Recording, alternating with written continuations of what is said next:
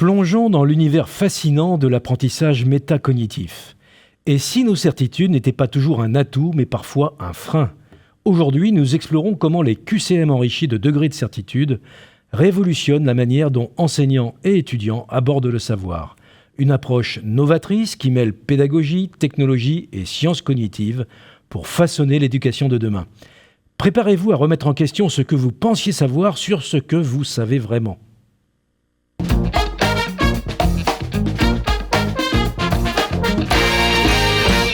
Bienvenue dans ces causeries de l'enseignement à distance et causeries de la pédagogie.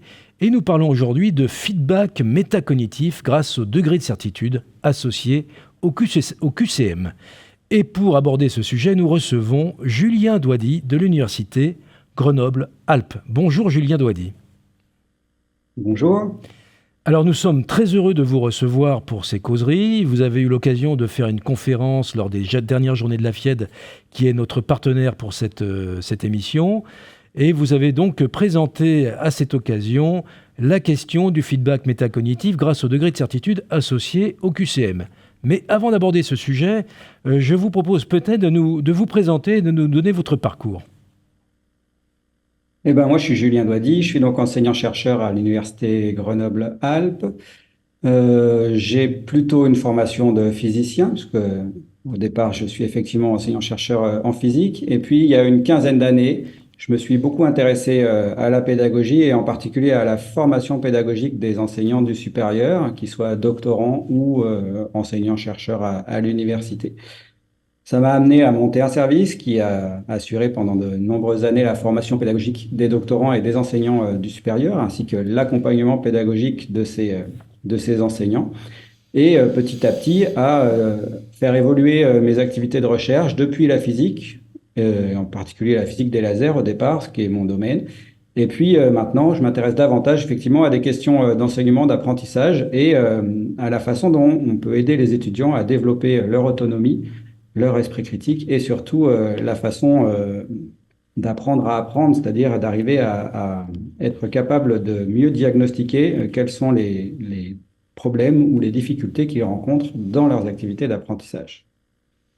Au-delà de l'approche donc disciplinaire, vous leur proposez, je l'avais dit, d'apprendre à apprendre, d'avoir une approche réflexive sur leur propre apprentissage.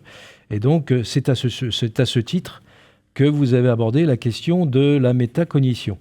Alors, c'est un terme un petit peu, peut-être un petit peu flou pour un certain nombre d'entre nous. Comment est-ce qu'on pourrait définir la métacognition ?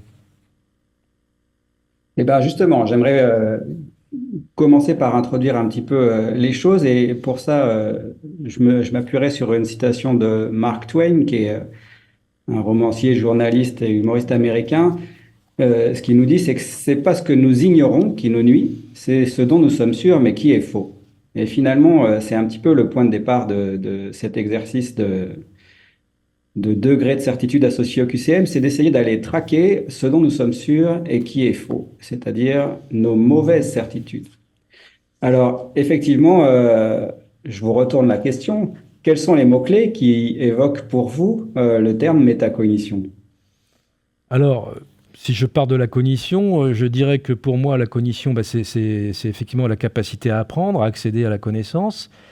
Et la métacognition, eh bien, ça serait cette capacité à avoir peut-être un regard réflexif sur le processus d'apprentissage. Oui, vous êtes bien dans le sujet. Alors, sur la diapositive que je présente maintenant, ce sont les mots-clés qui ressortent quand on introduit ces notions-là avec un groupe d'enseignants. Effectivement, on va parler de connaissances, de processus cognitifs, de processus mental, de réflexivité, de confiance en soi, de vigilance cognitive, et puis aussi quelque chose qui va outiller les étudiants pour ce processus-là, c'est la notion de rétroaction, de feedback. Et donc, de pouvoir, en tant qu'enseignant, donner un feedback sur le processus mental mis en jeu. Alors, vous avez évidemment, là vous affichez, vous avez évidemment pour cela étudié la littérature scientifique sur le sujet. Et donc, qu'est-ce qu'on peut en dire à ce stade ? Quel est l'état des connaissances sur ce sujet ? Alors, pour l'instant, je vais vous partager la littérature francophone. Ça me paraît plus accessible pour les enseignants qui enseignent, on va dire, dans les pays francophones. Euh, une définition qui nous sert souvent de base, c'est celle de Romainville, qui l'a établie autour de 2007 et qui propose de définir la métacognition comme d'une part les connaissances introspectives et conscientes que l'élève a de ses propres manières d'apprendre, et d'autre part sa capacité à les réguler délibérément. Il y a vraiment deux aspects, une connaissance de soi et une action sur ses propres processus. Noël et Leclerc, un petit peu plus tard, distinguent trois processus, le jugement, l'analyse et la régulation. C'est une manière également de distinguer ce qui permet de se juger, se- se- voilà, comprendre comment on fonctionne, et puis ensuite être capable de modifier ou d'adapter ce fonctionnement-là lorsqu'il est pris en défaut.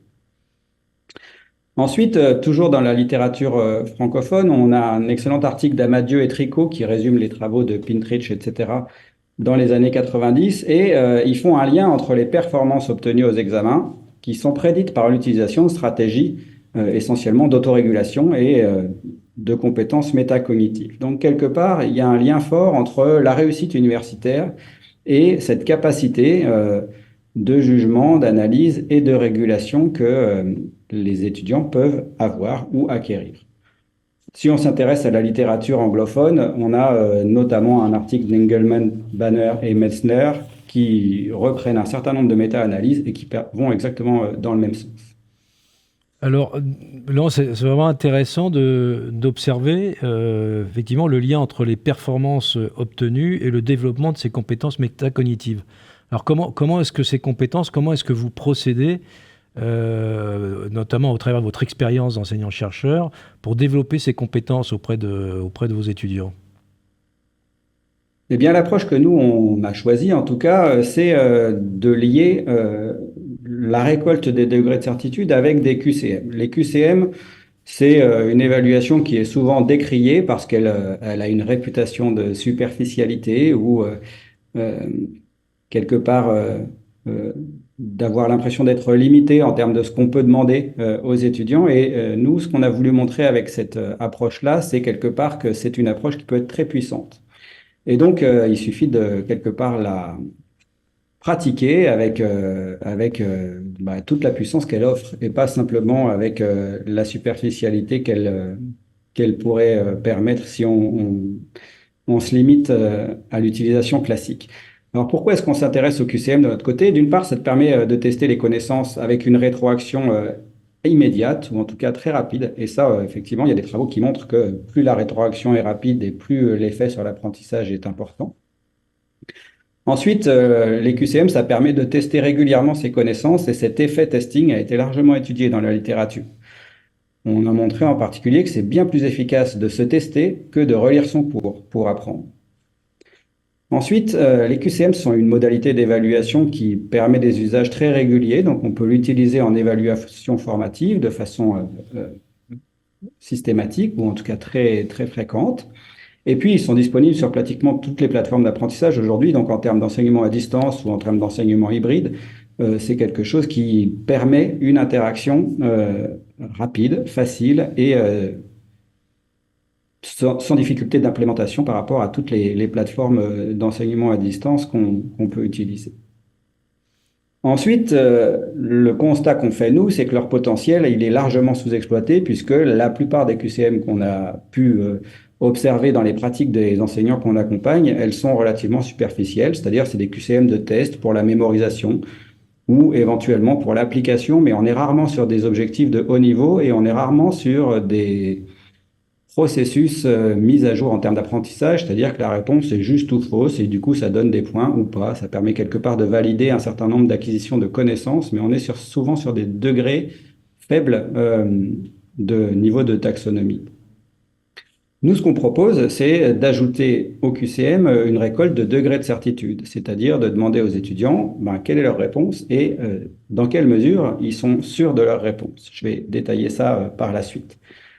L'intérêt, c'est que ça permet une rétroaction beaucoup plus significative. Vous n'avez pas la même rétroaction si vous savez juste si c'est juste ou faux, votre réponse, ou bien si elle est juste et en plus vous étiez sûr de votre réponse. Dans ce cas-là, vous pouvez être conforté, ou bien si elle est juste, mais vous étiez très peu sûr de votre réponse. Et dans ce cas-là, on va pouvoir distinguer des étudiants chanceux. Ou bien on va avoir des étudiants qui répondent de façon erronée en étant très sûrs d'eux, ou de façon erronée en étant peu sûrs d'eux. Et dans ce cas-là, ce n'est pas la même conscience de la mésinformation qu'ils peuvent avoir. On montre aussi que le fait de demander le degré de certitude, ça améliore la rétention des réponses correctes avec une faible certitude, c'est-à-dire les savoirs qui sont fragiles. Et ça, c'est important puisque c'est justement ces savoirs-là qu'il va falloir renforcer. Ensuite, ça permet de découvrir des mauvaises représentations de concepts. Et par exemple, des étudiants qui donnent une réponse erronée avec un fort degré de certitude, ça peut tout à fait cacher une mauvaise représentation qu'il va falloir qu'ils prennent le temps de déconstruire et que vous, enseignants, vous pouvez bien sûr accompagner. Et puis, ça permet de relever des stratégies d'apprentissage qui sont mal adaptées. Globalement, ça permet finalement un monitoring des connaissances de ces étudiants-là, que ça soit de façon présentielle ou que ça soit de façon distancielle. Alors là, on vient de faire un panorama de basculer du QCM traditionnel que beaucoup d'entre nous connaissent et ont eu l'occasion d'utiliser, à des QCM enrichis par l'intermédiaire de feedback, des feedbacks qui sont proposés rapidement aux apprenants. Mais au-delà de ça, avec les degrés de certitude, on va beaucoup plus loin, puisque là, on est dans un mécanisme du coup métacognitif. Là, on rentre dans le mécanisme métacognitif qui va permettre d'aborder la question, notamment, vous parlez d'autosurveillance, monitoring des connaissances, l'amélioration de la rétention des réponses. Bref, on est passé du QCM de base au QCM enrichi. Comment est-ce qu'on pourrait le qualifier, en fait? Ça devient un objet d'apprentissage complexe.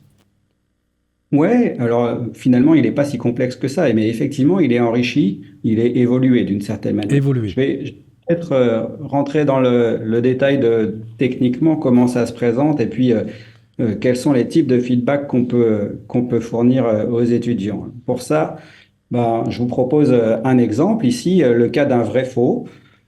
On a une question et finalement l'étudiant ne doit pas seulement donner sa réponse vrai ou faux, mais l'étudiant doit donner sa réponse et associer à cela un degré de certitude. Alors ici, c'est une échelle assez classique associée à des vrais-faux. On a une échelle de certitude qui est textuelle et en pourcentage. Et évidemment, pour un vrai-faux, ça n'a pas de sens d'aller en dessous de 50%, puisque si on est moins que 50%, c'est finalement qu'on a répondu complètement au hasard. Alors, Christophe, quelle est votre réponse sur cette question? L'île de la Réunion est menacée par la montée des eaux liées au réchauffement climatique. Est-ce que c'est vrai? Est-ce que c'est faux? Quel est votre degré de certitude? Alors, c'est vrai que d'abord, c'est tout à fait différent dans la question que de répondre sur un QCM classique, c'est vrai ou c'est faux, ou je ne suis pas sûr.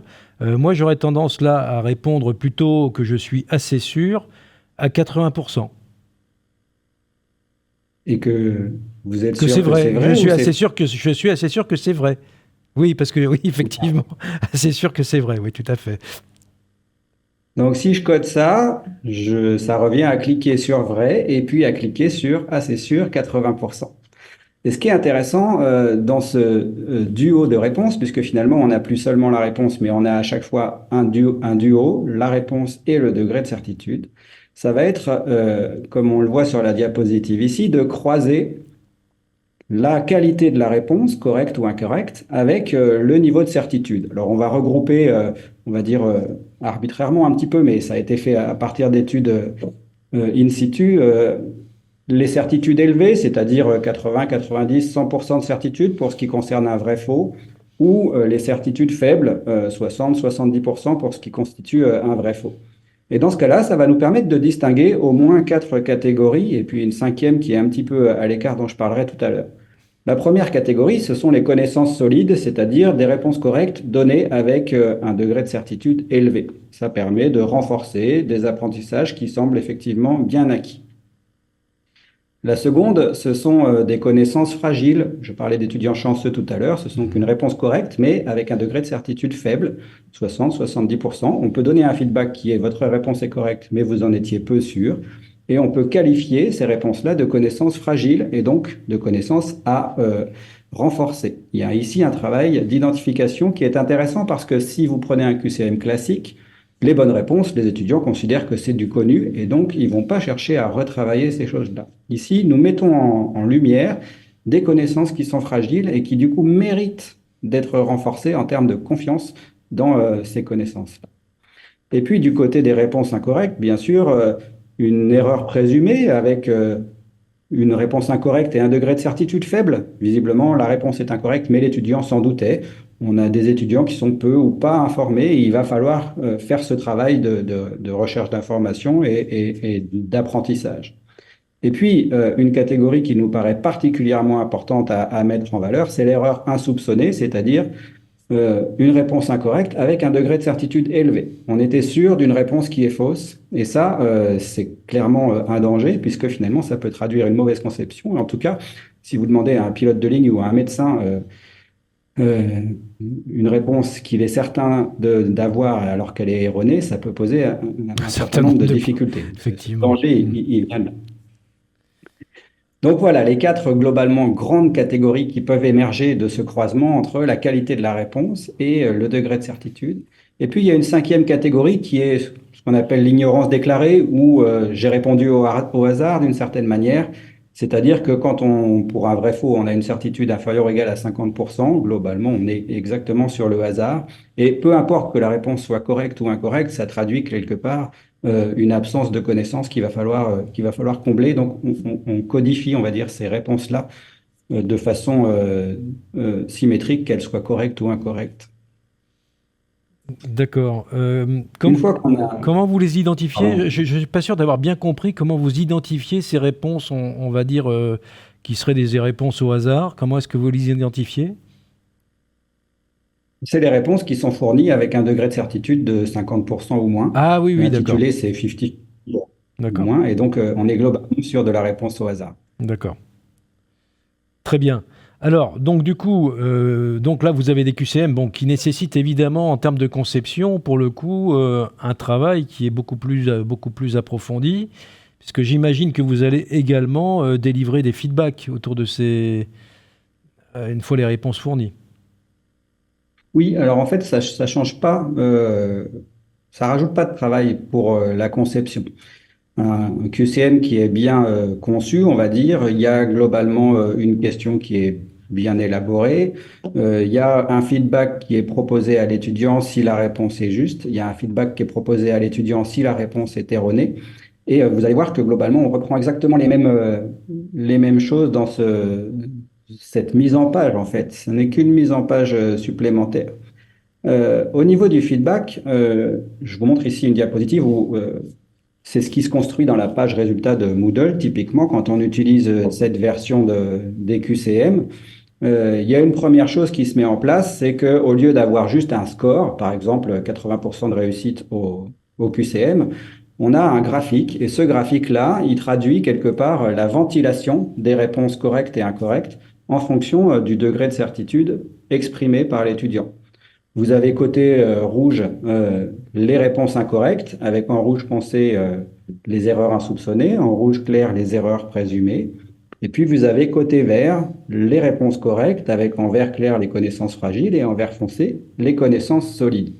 Ça permet à l'étudiant déjà d'avoir une première illustration de ses processus métacognitifs et de sa façon de coupler la confiance qu'il accorde à ses réponses avec la véracité de ses réponses. Idéalement, si on a un étudiant réaliste, c'est-à-dire qui a une bonne perception des réponses qu'il donne en termes de véracité, on devrait avoir une représentation en J, là, en double J, là, ces courbes en noir que vous voyez en arrière-plan. Oui. Et ça traduit le fait qu'on devrait avoir plus de bonnes réponses que de mauvaises réponses, et que dans les mauvaises réponses, on devrait être plutôt moins sûr de nos réponses, et que dans les bonnes réponses, on devrait être davantage plus sûr de nos réponses. Et ça, c'est un premier feedback, un premier niveau de feedback qui est offert à l'étudiant après une prestation sur un test QCM avec degré de certitude. Si je vais un cran plus loin, on a un deuxième niveau de feedback où, dans l'affichage des résultats détaillés, item par item, eh bien, Moodle propose de reprendre l'énoncé. Ici, par exemple, un énoncé sur la qualité des triangles. On reprend la réponse que l'étudiant a donnée, le degré de certitude qu'il a annoncé. Et puis ici, ben, vous pouvez afficher le feedback général, le feedback lorsque la réponse est vraie ou fausse en fonction de la qualité de la réponse. Et puis vous pouvez ajouter, ce que j'essaie de montrer avec la souris ici, un feedback lié au couplage entre la qualité de la réponse et le degré de certitude. Ici, par exemple, on met en évidence le fait que sur cette réponse-là, c'est une connaissance fragile qui a été identifiée. L'étudiant était assez peu sûr de lui. De cette façon-là, on va pouvoir proposer à l'étudiant de travailler de façon prioritaire sur des connaissances fragiles ou sur des erreurs insoupçonnées, avant d'aller travailler sur d'autres éléments comme les connaissances solides ou d'autres. Et donc, quelque part, ça permet de prioriser les questions sur lesquelles ça vaut le coup d'aller réinvestir du temps pour l'étudiant. D'accord.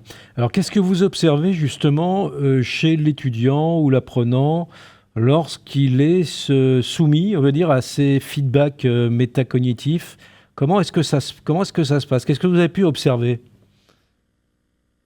Alors, ce qu'on observe, c'est que si l'enseignant accompagne la lecture de ces résultats, évidemment, hein, ça demande un petit temps d'appropriation, mais clairement, l'étudiant est tout à fait capable de faire défiler l'ensemble de ses réponses et de se focaliser dans un premier temps sur une catégorie de type erreur insoupçonnée, par exemple, et en particulier, s'il y a des erreurs insoupçonnées, c'est les premiers éléments sur lesquels il va falloir retravailler. La difficulté maintenant, ça va être d'identifier qu'est-ce qui fait que je me suis trompé sur cette question et quel a été le processus qui a été le mien pour exprimer cette réponse et avoir cette confiance-là.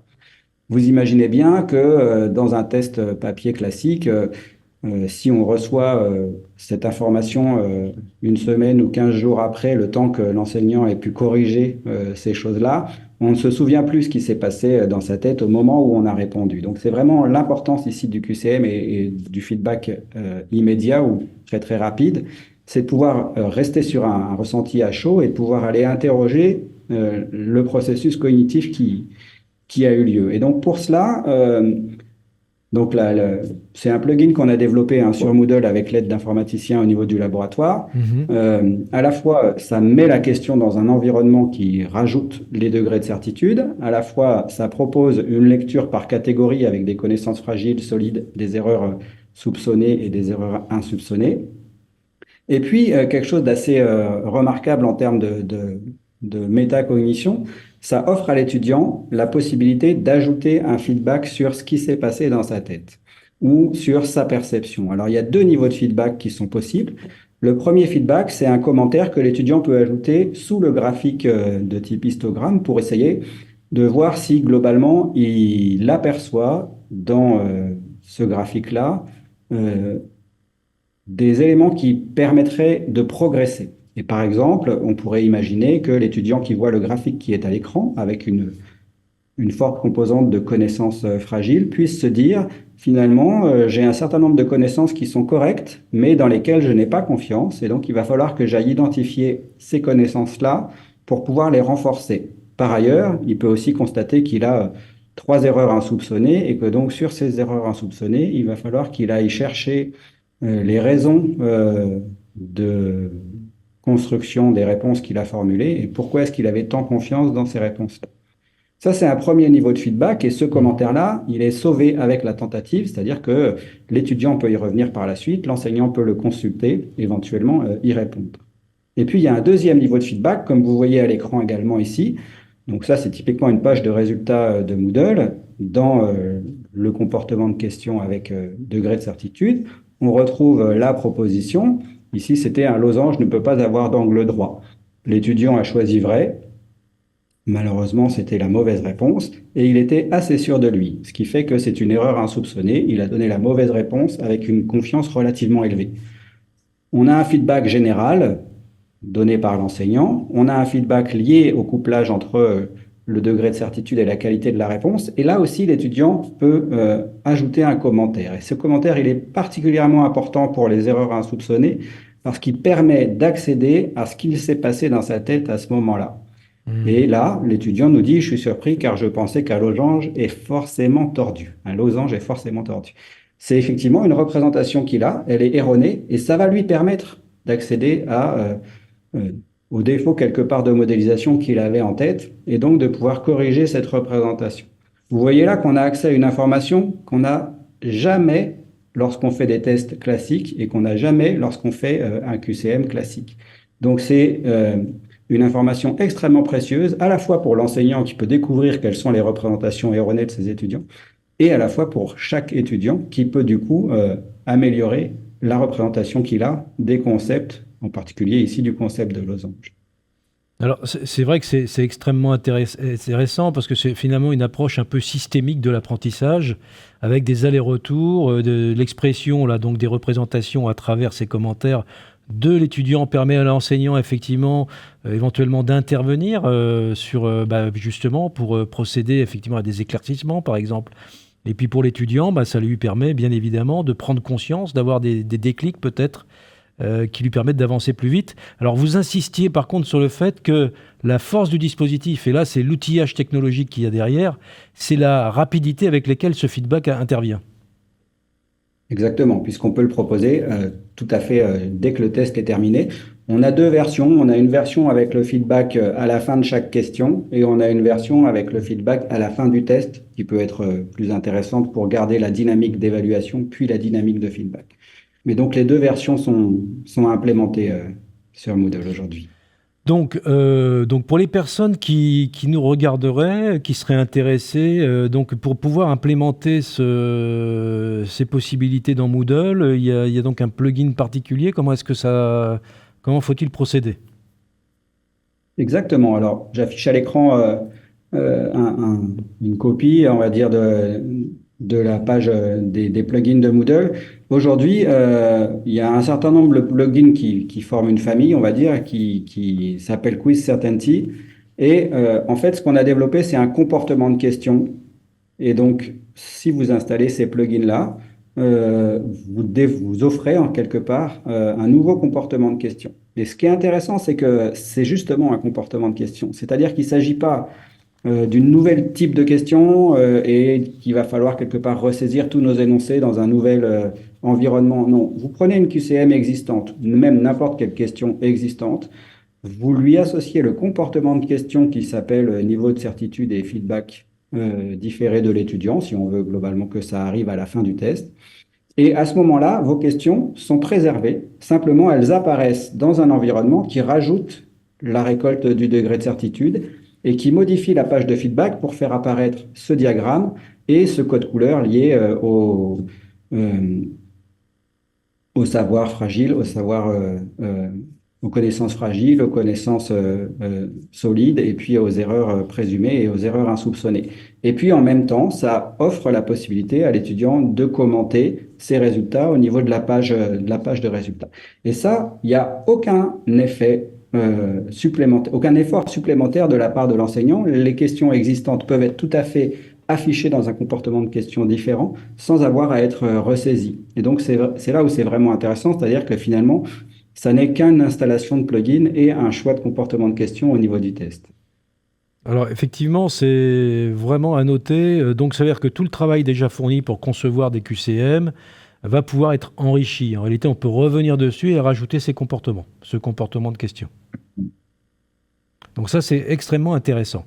Alors, vous continuez à travailler bien évidemment sur ces sujets-là. C'est votre cœur je ne vais pas dire c'est votre passion. En tous les cas, c'est votre centre d'intérêt fort sur ces questions d'apprentissage par les feedbacks à degré de certitude.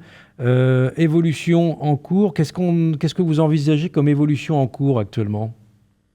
Alors actuellement, on travaille sur un certain nombre d'aspects qui visent à enrichir encore les possibilités. Je voulais faire un petit focus sur trois d'entre elles. Au niveau des évolutions en cours, je dirais la première évolution, c'est de permettre une personnalisation des échelles. Et donc, l'échelle que je vous ai présentée, elle nous paraît très intéressante pour les vrais-faux. Effectivement, un vrai-faux, on voit bien qu'en dessous de 50%, on est dans du hasard. Mais pour un QCM classique ou pour des QCM avec plusieurs réponses possibles, ça convient moins bien. Donc, on a développé d'autres types d'échelles pour d'autres types de questions, et en particulier des échelles adaptées à des QCM habituels avec une ou deux bonnes réponses par question. Et puis, de la même façon, on offre une possibilité personnaliser les mots qu'on utilise à côté de l'échelle en pourcentage. On a montré, nous, avec des recherches, que si on fait qu'une échelle en pourcentage, ça fonctionne moins bien. Si on fait qu'une échelle en mots, ça fonctionne moins bien. Et par contre, si on fait une échelle en mots et en pourcentage, on embarque le plus grand nombre d'élèves et d'étudiants. D'accord. Donc, il y a un nouveau plugin de paramétrisation de ces mots et de ces échelles qui est aujourd'hui fonctionnel également. Ça, c'est le premier point. Le deuxième point, c'est d'augmenter le feedback côté étudiant, parce qu'effectivement, on lui renvoie une information codée en couleur avec ces quatre catégories en croisant la réponse avec le degré de certitude. On travaille, nous, à l'identification d'indicateurs de lucidité, par exemple, ou d'indicateurs de réalisme qui permettent quelque part de pouvoir suivre l'évolution de la lucidité d'un étudiant. Alors pour ça, il y a un certain nombre de formules qu'on peut utiliser, c'est plus ou moins complexe, mais l'idée c'est d'arriver à faire ressortir des indicateurs qui montrent l'amélioration de la lucidité ou du réalisme de l'étudiant sur plusieurs tests ou au cours de plusieurs tentatives d'un même test. Ça, c'est quelque chose qui nous paraît important en termes d'identification. Et puis côté enseignant, il y a quelque chose qui nous paraît important également, c'est de pouvoir identifier dans certaines questions quels sont les items qui ont été choisis par les élèves ou les étudiants et avec quel degré de certitude ils ont été choisis. Ça permet éventuellement d'identifier des items qui seraient mal appropriés ou des items qui font au contraire ressortir des mauvaises conceptions. Et donc ça, c'est important de savoir, par exemple, que cette proposition, elle a été choisie par 80% des répondants et dans ces 80%, il y en a une grande majorité qui l'ont considérée avec un degré de certitude élevé. Si elle est erronée, ça fait apparaître clairement une mauvaise représentation sur laquelle on va pouvoir travailler. Donc c'est important. Et puis, on aimerait aussi que les enseignants puissent suivre le score et la lucidité au cours de plusieurs tests ou sur plusieurs tentatives d'un même test par étudiant, par classe, pour pouvoir avoir, on va dire, des indicateurs de suivi lorsqu'ils choisissent de procéder avec ce type de QCM sur la durée. Ah oui, donc c'est vraiment très intéressant, justement, dans cette approche métacognitive, de se dire que finalement, c'est une compétence aussi d'être capable et d'estimer, de développer sa lucidité par rapport à des compétences testées ou des connaissances, notamment pour des gens qui intégreront, vous parliez tout à l'heure des professions de santé, mais il y en a beaucoup d'autres comme ça, où ce niveau de lucidité doit être très très important, et s'il y a le moindre doute, évidemment, d'être capable de l'évaluer. Donc ça fait partie des compétences que vous développez au passage à travers ces fonctionnalités. Tout à fait. Et c'est clairement une des clés de la réussite dans la vie d'adulte ensuite, quoi. Alors justement, tout cela se fait dans le cadre de vos activités de recherche aussi, parce que vous publiez, vous faites référence et vous nous avez présenté quelques références bibliographiques, mais vous avez aussi des activités de recherche dans le cadre du laboratoire d'informatique de l'université Grenoble, dans une équipe qui s'appelle META, Modèles et technologies pour l'apprentissage humain. Qu'est-ce que vous pourriez nous en dire de vos activités de recherche dans ce laboratoire? Oui, alors ce que je développe sur cette diapositive là, c'est qu'effectivement, c'est une équipe assez particulière, l'équipe Meta. Donc, modèle et technologie pour l'apprentissage humain. C'est une équipe qui regroupe à la fois des informaticiens et à la fois des didacticiens, des pédagogues et des épistémologues. Et quelque part, c'est cette réunion-là qui permet la synergie dont on a pu profiter, c'est-à-dire avoir à la fois des personnes qui sont capables de coder, d'aller chercher les utilités dans les interfaces pour l'apprentissage, et à la fois des personnes qui réfléchissent sur la pédagogie, sur la métacognition, sur comment est-ce qu'on peut construire ces indicateurs-là. Et donc moi, je suis clairement dans la deuxième partie, hein. Je ne suis pas du tout informaticien, mais je travaille quand même au laboratoire d'informatique de Grenoble, dans cette équipe mixte. Mhm. Et effectivement, nos travaux, nous, donc je travaille essentiellement avec Christian Hoffman sur cet aspect-là, c'est le développement d'indicateurs métacognitifs. On a parlé de l'ignorance déclarée, par exemple, le taux d'ignorance déclarée, le nombre de réponses qui sont données au hasard par un étudiant, ça renseigne sur quelque part euh, sa perception de ses propres connaissances. La lucidité, le réalisme, ce sont des indicateurs qu'on essaie de développer pour essayer d'identifier l'évolution de certaines populations, par exemple la population qui rentre à l'université. Est-ce qu'elle est davantage sûre d'elle aujourd'hui? Est-ce qu'on peut faire des distinctions hommes-femmes, etc. c'est assez nourricier pour ensuite pouvoir travailler sur des inégalités qui arrivent à l'université et qu'on aimerait pouvoir réduire. Et puis enfin, je vous ai parlé des commentaires que les étudiants peuvent formuler. On travaille aussi à l'analyse de ces commentaires métacognitifs et en particulier, est-ce qu'on peut arriver à montrer que la qualité de ces commentaires évolue au fur et à mesure de la progression de l'étudiant? C'est-à-dire qu'un étudiant qui va dire ben, je ne savais pas vraiment peut aller ensuite vers des commentaires bien plus intéressants comme ah, je crois que j'ai compris d'où venait mon erreur, etc. Et donc, jusqu'à se projeter en disant, ben, finalement, je vois exactement ce qu'il faut que je retravaille pour que ne pas faire cette erreur la prochaine fois. Et donc, on est vraiment sur une évolution des commentaires métacognitifs qui pourrait être aussi un indicateur pour l'enseignant de la maturité métacognitive de son auditoire.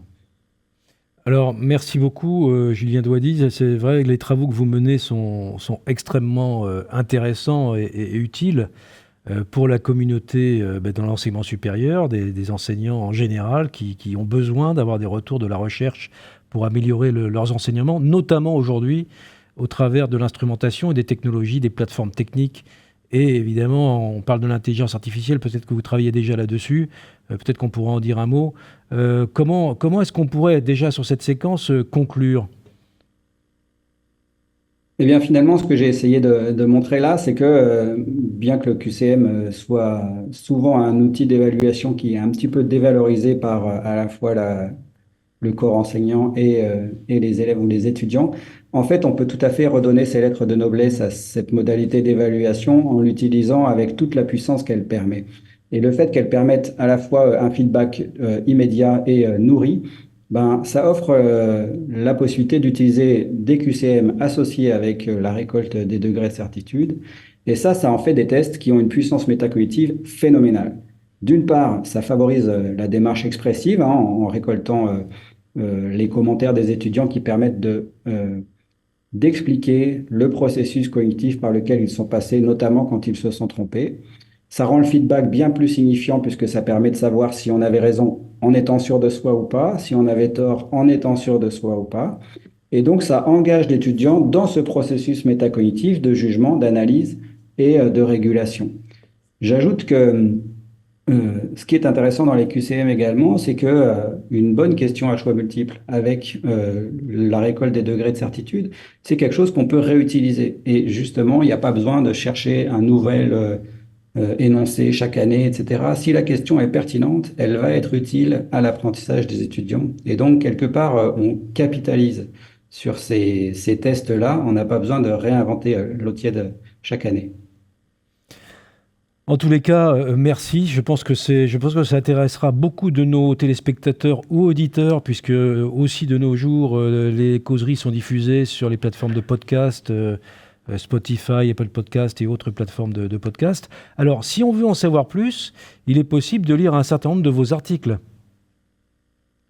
Tout à fait. Donc, deux choses qui me semblent importantes à noter. D'une part, sur cette diapositive, vous avez les coordonnées de Christian Hoffman et de moi-même, et vous pouvez tout à fait nous contacter si vous le souhaitez. Et d'autre part, sur la diapositive suivante, vous avez un certain nombre, en tout cas une petite liste bibliographique sur laquelle je me suis appuyé au cours de cette présentation et qui nous paraît intéressante à aborder si on veut creuser la question à la fois des QCM, à la fois des degrés de certitude et de l'effet de ces éléments-là sur l'apprentissage. Bien, et Julien Douady, merci beaucoup pour cette intervention sur la métacognition, sur les quiz QCM à degré de certitude. On voit à quel point ça peut être extrêmement riche. Donc, grand merci. Et puis, nous allons suivre eh bien, vos travaux avec beaucoup d'intérêt. Petite question subsidiaire, puisque c'est effectivement aujourd'hui un peu dans la tête de chacun d'entre nous, la question de vos travaux en lien avec l'intelligence artificielle. Est-ce que vous abordez ces sujets-là dans le cadre de vos travaux de recherche? Alors pour l'instant, je dirais que si on utilise l'intelligence artificielle, ça va être plutôt pour nous aider à analyser les commentaires des étudiants et à pouvoir les classer très rapidement dans des catégories qui nous permettent de voir si finalement c'est des commentaires de premier niveau, on va dire, que je qualifierais de bas de gamme mais sans être péjoratif, ou des commentaires qui sont consistant au niveau métacognitif. Alors, l'intérêt ici, ça pourrait effectivement d'utiliser l'IA comme étant un dispositif capable d'apprendre à classer ses commentaires de façon très rapide, sans avoir à les lire de façon exhaustive. Ça pourrait donner une première approche de la maturité d'une classe, par exemple, et de l'évolution de la maturité d'une classe sans avoir à lire des centaines et des centaines de commentaires, ce qui peut être laborieux, sans en parler de les classer à la main. Voilà, aujourd'hui, on en est là. On s'intéresse aussi éventuellement à des utilisations de l'IA pour créer des questions. On peut tout à fait imaginer que rapidement, ça soit possible quelque part que des bonnes questions ou des questions pertinentes soient créées avec l'IA. Je pense que ça nécessitera toujours une relecture humaine, mais quelque part, pourquoi pas l'utiliser dans ces possibles-là. Eh C'est très bien, prospectif encore. alors c'est la prospective et on va suivre vos travaux avec beaucoup d'intérêt encore une fois. Merci beaucoup Julien Douady du laboratoire Ligue. Merci pour Merci, l'invitation. merci à vous. Et puis, et peut-être une prochaine fois, donc pour la suite de vos travaux. Au revoir, bonne journée. Au revoir.